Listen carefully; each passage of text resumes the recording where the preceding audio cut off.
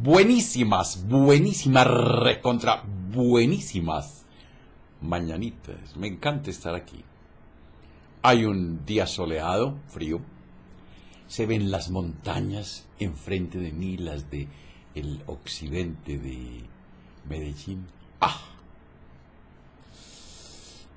Sensualmente hermosas, el verde contra el azul del cielo, el borde de la montaña, preciosos.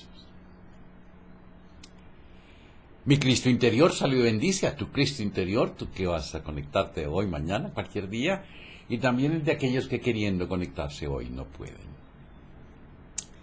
Hoy es lunes, salió el sol, 16 de mayo de 2016, el programa es el número 1235, y tenemos hoy 5.073 suscriptores. Necesitamos llegar a 10.000 urgente. 10.000 suscriptores. Por favor, colaboración. Compartan el programa con sus redes sociales, por favor. Que el espíritu de sabiduría descienda sobre nosotros todos y nos ilumine. A mí para decir lo que debo decir. A ustedes para comprenderlo. Gracias por sus correos, gracias por lo que en ellos escriben. Gracias por sus manifestaciones y buenos deseos de bienestar y salud para conmigo. Vamos a hablar, estamos con el libro de el señor Gabriel Muñoz. Sí, señor Muñoz. Que me perdone, don Gabriel, pero aquí lo voy a citar textualmente. Gabriel Sánchez. Perdón, don Gabriel, por el olvido, por el lapsus memory. Los niños índigo.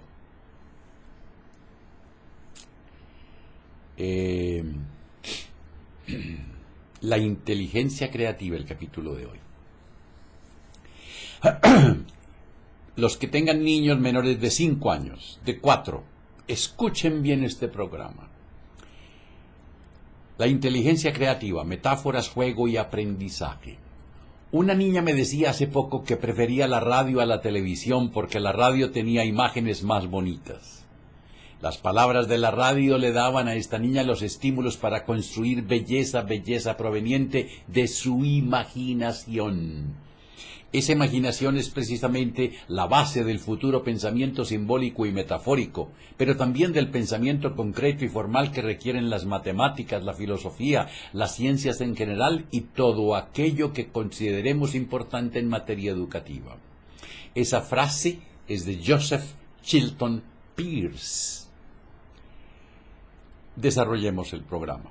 La cita inaugural de este capítulo pertenece al autor de 2 libros clave donde se tocan temas vinculados al sistema educativo y a la terapia infantil en los últimos 20 años. Los niños mágicos y el final de la evolución. Es que los nuevos niños son... Yo conozco una de 4 años. ¡Wow! En ambos trabajos, este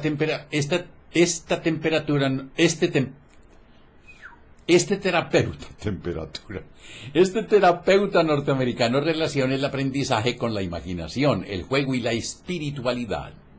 Pero es particularmente en el segundo de estos títulos, publicado en 1992, donde amplía la cuestión evolutiva en relación con los nuevos niños e incorpora un enfoque original y revelador en materia educativa.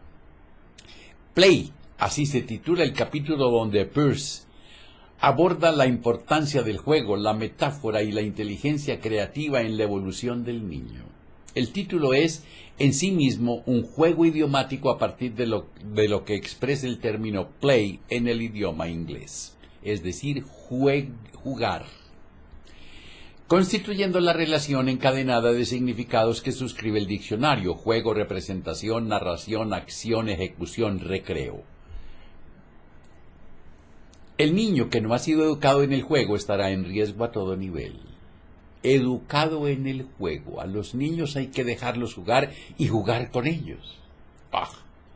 Es decir, dificultado para acceder a la resolución de problemas, al desarrollo intelectual, psíquico y afectivo, al desenvolvimiento en general. Esa es la premisa de donde parte el autor.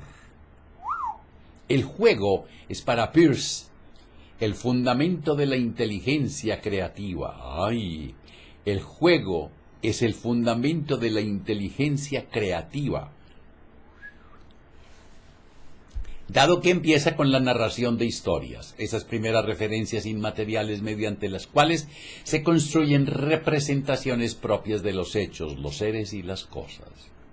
Aún antes de hablar, los niños escucharán cautivados las conversaciones de los adultos. Aunque para ellos entender las palabras es apenas incidental en el principio, es el sonido de esas sílabas lo que les fascina.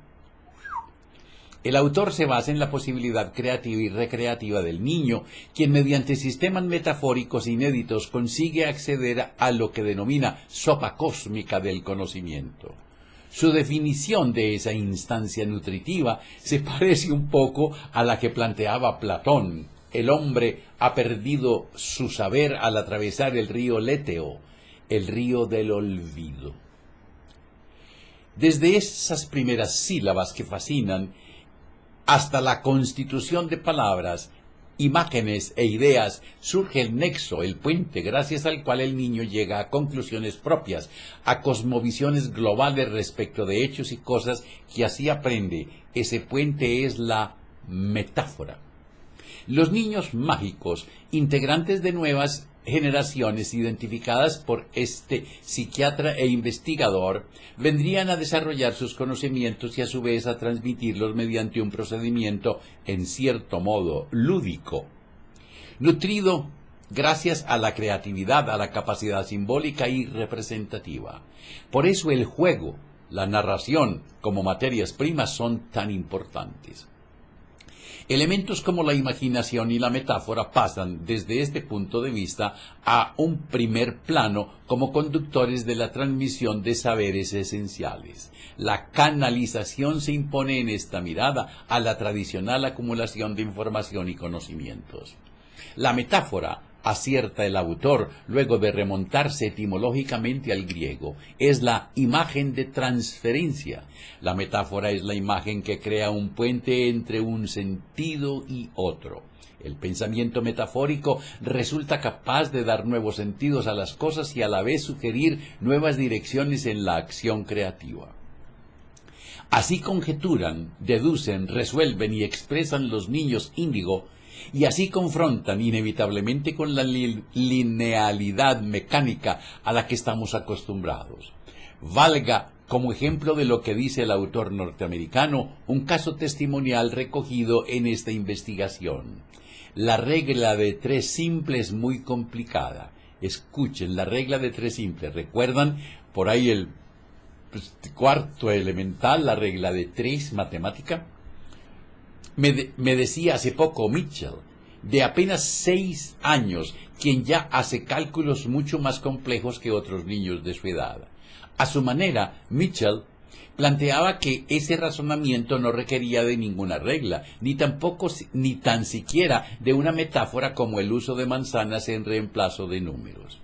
Él entendía perfectamente el tema de las proporciones y su rechazo por la metáfora en este caso no contradice la teoría de Peirce. Por el contrario, la regla de 3 simple no propone ninguna creatividad, no hay metáfora en ella, por más que se intente aparentarla. Es precisamente una regla y como tal el obstáculo por excelencia a la posibilidad metafórica real que abra caminos creativos de aprendizaje. La lógica de Mitchell se aplica, como la de muchos de sus coetáneos, a partir de métodos alternativos que él mismo elige para llegar a distintas cuestiones básicas de la vida, donde los números son números sin necesidad de disfrazarse, y la imaginación, la creatividad, va más allá de la repetición ritual que pretende incentivar a los niños preguntándoles ¿cuántas manzanas se comió Carlitos en una hora?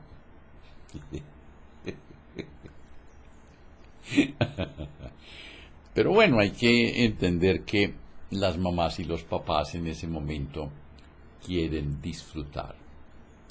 En cuanto al aspecto mediático y tecnológico, Peirce presenta reservas y advertencias. Así como resalta, por ejemplo, en el caso de la niña y la radio, lo positivo que puede llegar a ser determinado estímulo proveniente de los medios de comunicación, se manifiesta selectivo frente a los soportes en general. En este sentido establece diferencias de forma y contenido entre lo que él llama herramientas estimulantes que gatillan la imaginación y otras que en cambio juzgan alienantes. Él las juzga que atrofian. Su abordaje específico en cuestiones de este tipo resulta coherente con el alto valor que Peirce le otorga a lo metafórico.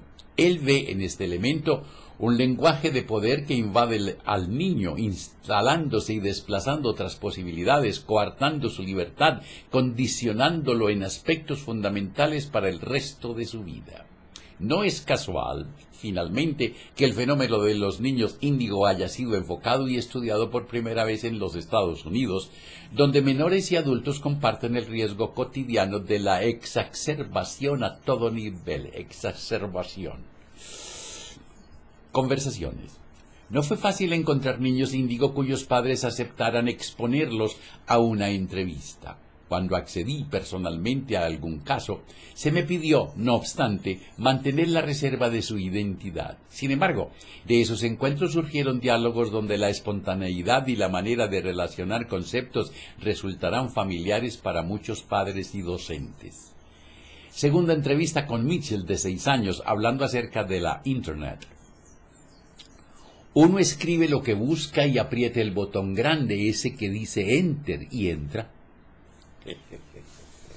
Es fácil. ¿Dónde vas a poner lo que buscas? En el único lugar en el que puedes escribir. Después, si te aparecen demasiadas cosas, a lo mejor tienes que volver a escribir lo que buscas y poner las palabras clave. ¿Qué son las palabras clave? Son las palabras que hacen más especial lo que buscas. Si, por ejemplo, buscas perros, te aparece perros, pero perros escrito millones de veces. ¿Cómo así que perros escrito millones de veces? Claro, te aparece la palabra perros en todos los sitios de Internet en que la palabra perros figura escrita. Entonces le tienes que decir a la máquina que quieres fotos de perros y no te muestre cada vez que está escrito perros en alguna parte. Entonces, otra vez, hay que pedirle perros y elegir donde dice fotos, es decir, y donde quieres entrar, aprietas el botón del mouse y ya. Por eso, lo que usas se llama buscador, te busca lo que tú necesitas, pero igual te puede encontrar demasiados sitios donde hay fotos de perros. ¿Y tú qué haces cuando entras a Internet? ¿Qué es lo que más buscas? No busco nada, elijo. Siempre tienes opciones. Yo lo que hago es empezar a preferir. Encuentro cosas que me gustan y luego vuelvo a preferir dentro de esas cosas, igual que cuando haces un dibujo, dibujas una parte que te gusta más y así. Cuando te aburres empiezas un dibujo distinto. 6 años.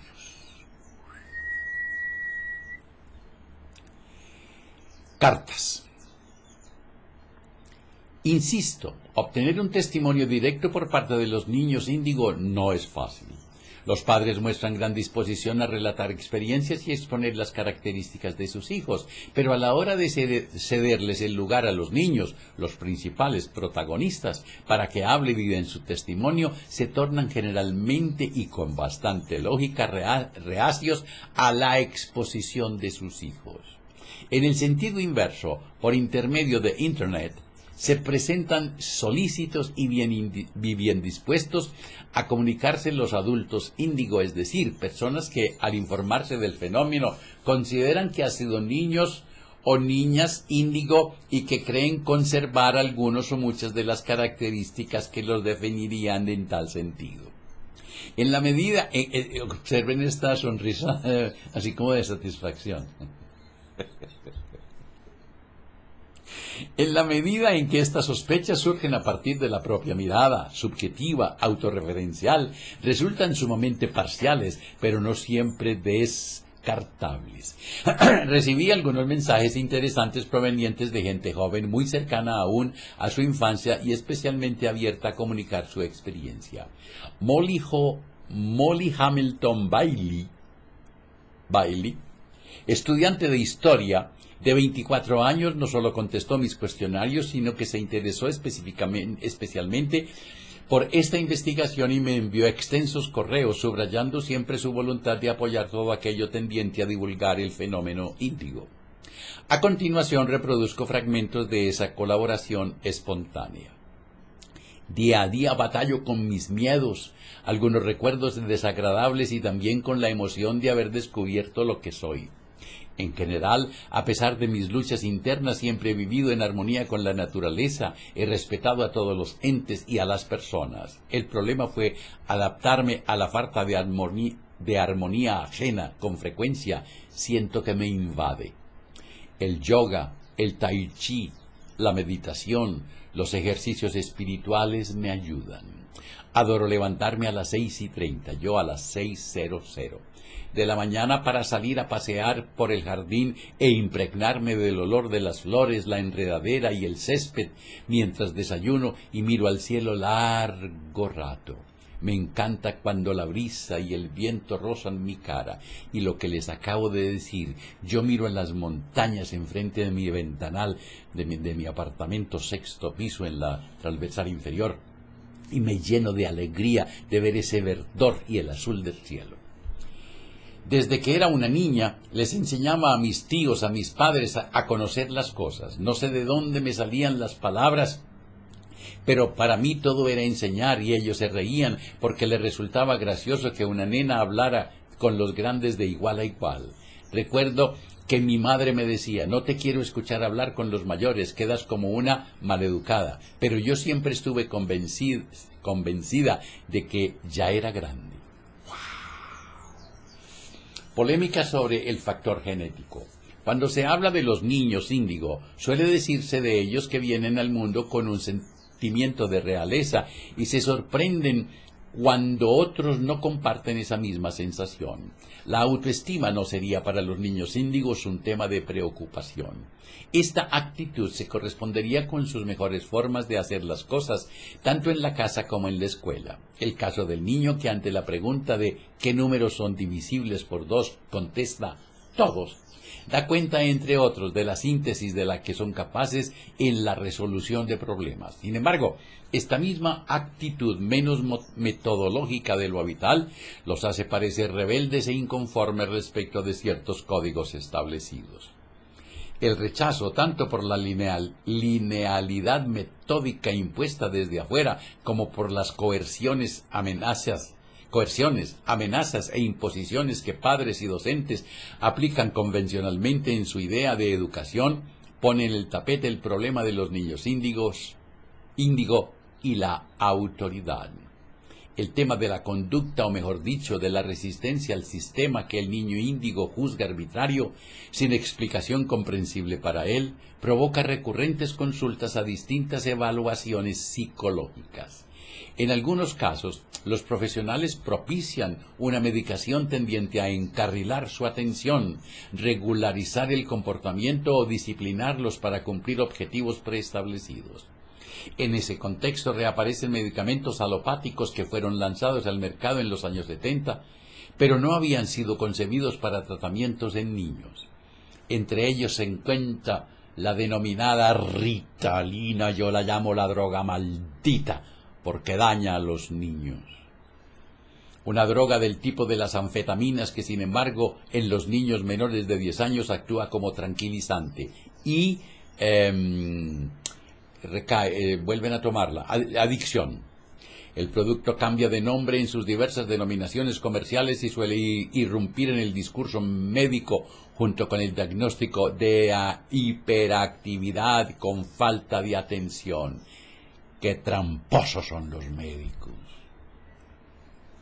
Los niños son así, activos, claro. Los que están sedentarios y ya prostáticos y menopáusicos son los papás.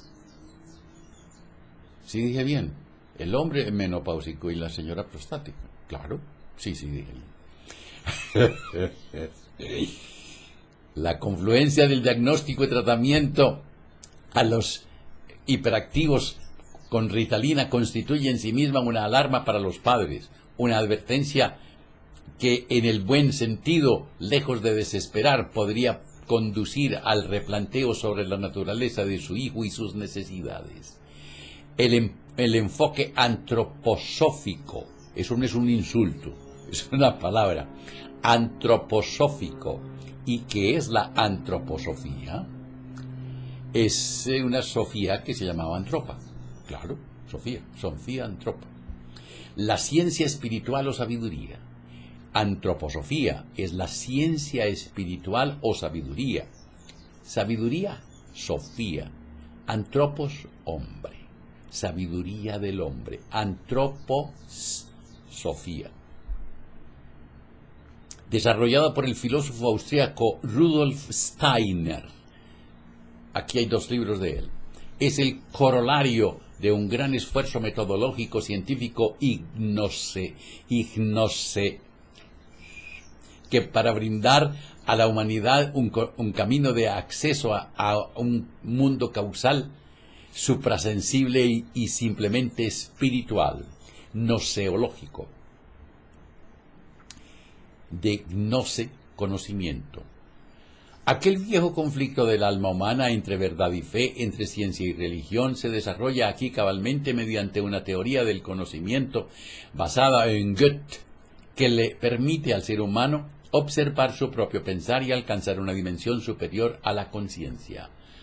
Así como al despuntar el siglo XX, Sigmund Freud descubrió los abismos de lo inconsciente y postuló su dominio sobre un débil yo humano, la antroposofía nos permite reconocer nuestro verdadero yo trascendente y la posibilidad de elevarse a lo supraconsciente.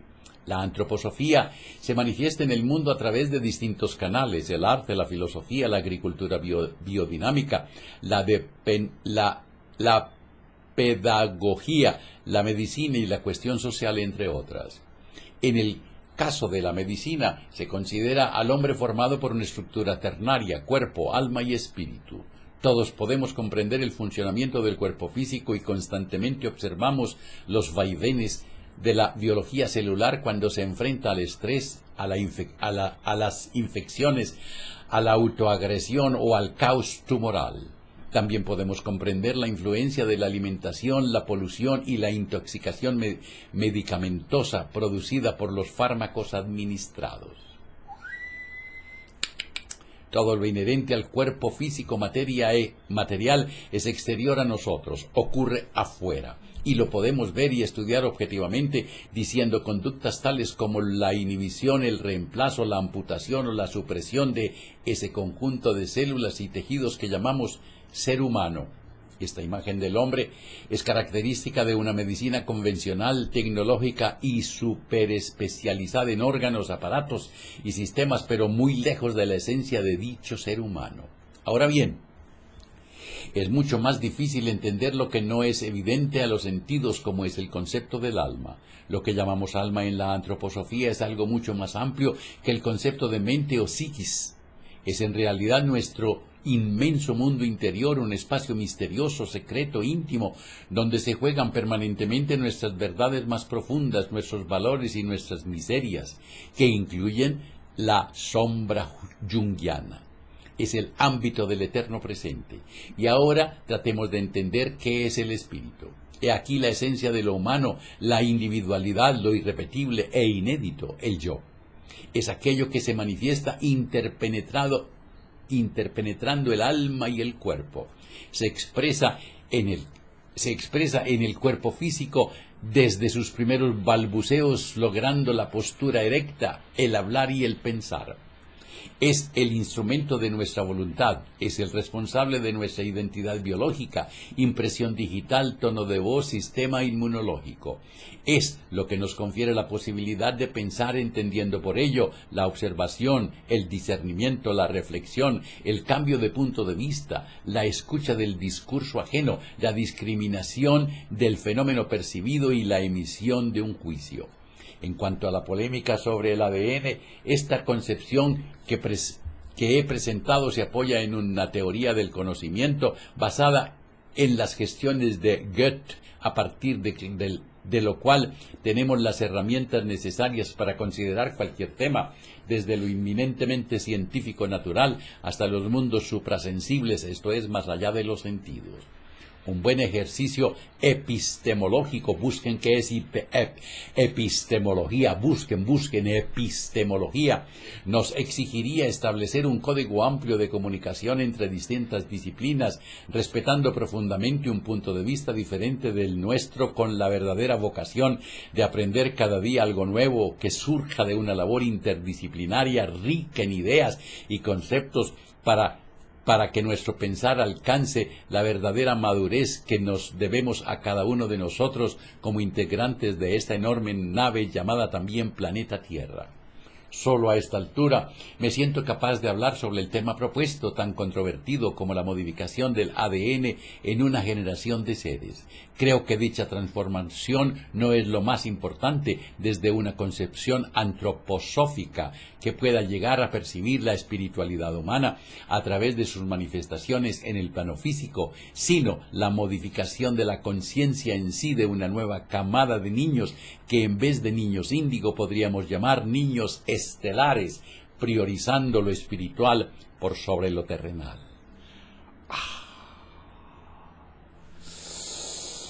Gracias, don Gabriel Sánchez, gracias. Gabriel Sánchez, Niños Índigo.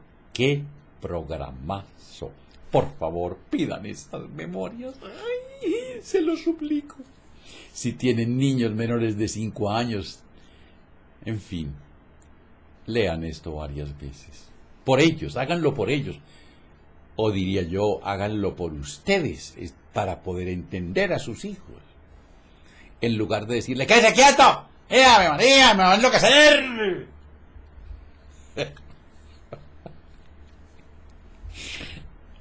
Me acuerdo. Cuando te abrazas, cuando te quieres, cuando te amas, la vida te abraza, la vida te quiere, la vida te ama. Me acepto y me apruebo como soy, me amo. Me acepto y me apruebo como soy, me amo. Yo soy en cada nuevo día más dulce. Mañana martes, el amor lógico. Está el amor lógico, el amor desesperado, el amor tiguador, el amorcito. Que la prosperidad, la armonía, la salud, la sabiduría, el amor sean con ustedes y sus familias, conmigo y mi familia. Si hoy tienes un momento de tristeza, de rabia, de celos, de miedo, de pobreza, invoca al espíritu de sabiduría, pídele que descienda sobre ti, cuéntale. Y si en tu relato hayas algo mal puesto en tu corazón con alguien, perdona a ese alguien, ámalo, agradece, olvida. Y si lo que encuentras es contigo, perdónate, ámate, agradece y duérmete. Y no se les olvide reír, pero por nada, nadita, nada del mundo. Hasta mañana.